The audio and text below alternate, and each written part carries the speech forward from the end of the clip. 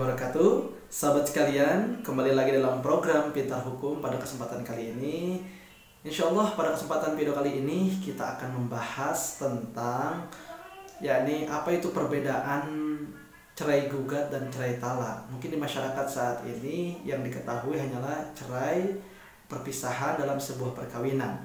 Nah, ternyata sahabat sekalian, dalam hukum di Indonesia dibedakan antara cerai talak ataupun cerai gugat.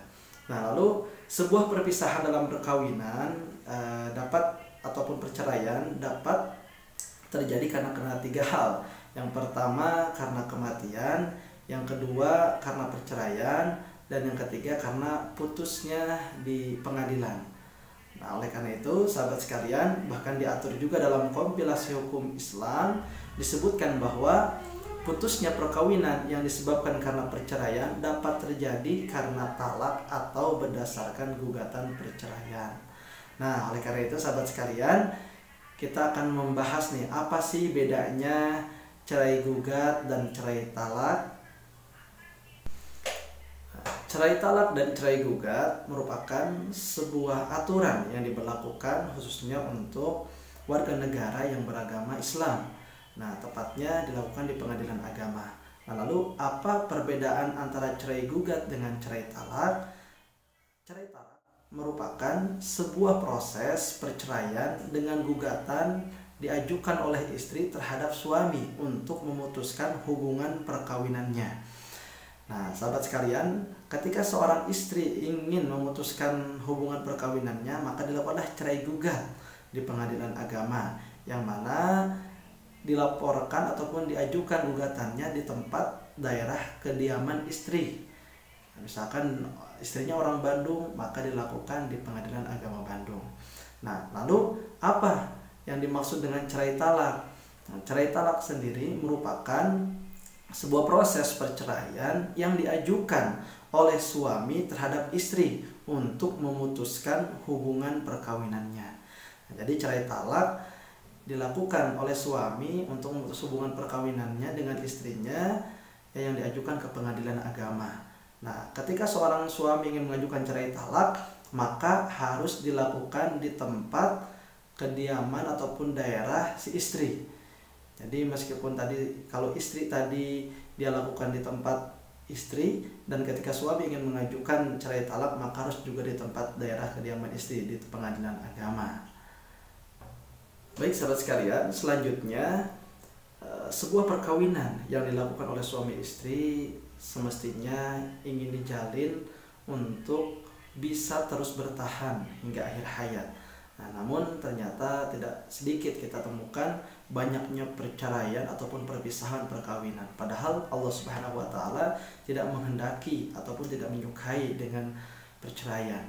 Nah, oleh karena itu dalam aturan agama ataupun dalam kompilasi hukum Islam di Indonesia ada hal-hal yang diizinkan ataupun ketika ingin mengajukan sebuah perceraian ada sebuah alasan-alasan yang harus menjadi sebuah landasan bisa dilakukannya sebuah perceraian. Nah, dalam kompilasi hukum Islam disebutkan beberapa hal, yakni yang pertama, perceraian dapat terjadi karena alasan ataupun alasan-alasan salah satu pihak berbuat zina atau menjadi pemabuk, pemadat, penjudi, dan lain sebagainya yang sukar disembuhkan. Nah, lalu yang kedua, sahabat sekalian, jadi salah satu pihak meninggalkan pihak lain selama 2 tahun berturut-turut tanpa izin pihak lain dan tanpa alasan yang sah atau karena hal lain di luar kemampuan. Lalu alasan yang ketiga, yakni salah satu pihak mendapat hukuman penjara 5 tahun atau hukuman yang lebih berat setelah perkawinan berlangsung. Yang keempat, salah satu pihak melakukan kekejaman atau penganiayaan berat yang membahayakan pihak lain.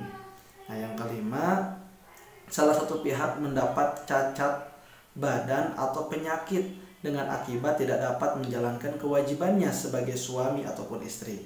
Dan yang selanjutnya, antara suami dan istri terus-menerus terjadi perselisihan dan pertengkaran dan tidak ada harapan akan hidup rukun lagi dalam rumah tangga.